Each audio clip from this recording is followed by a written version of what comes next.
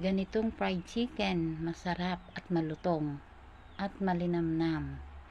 Tingnan nyo po yung ginawa ko sa aking biniling manok. Yan, bali mahigit po yung 1 kilo. Nahugasan ko na po yan at nilagyan ko ng asin, tapos lalagyan ko siya ng paminta.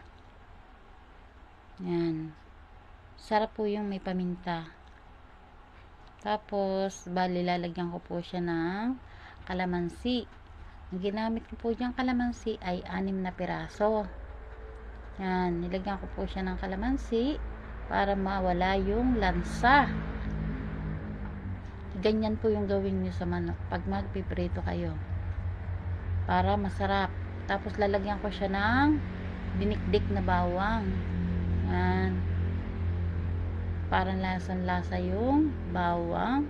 Kapag siya niluto nyo, imimix ko siya, kinamay ko na po siya at naghugas naman po ng kamay. Yan, tapos ganyan po, lalagyan ko siya ng breading mix.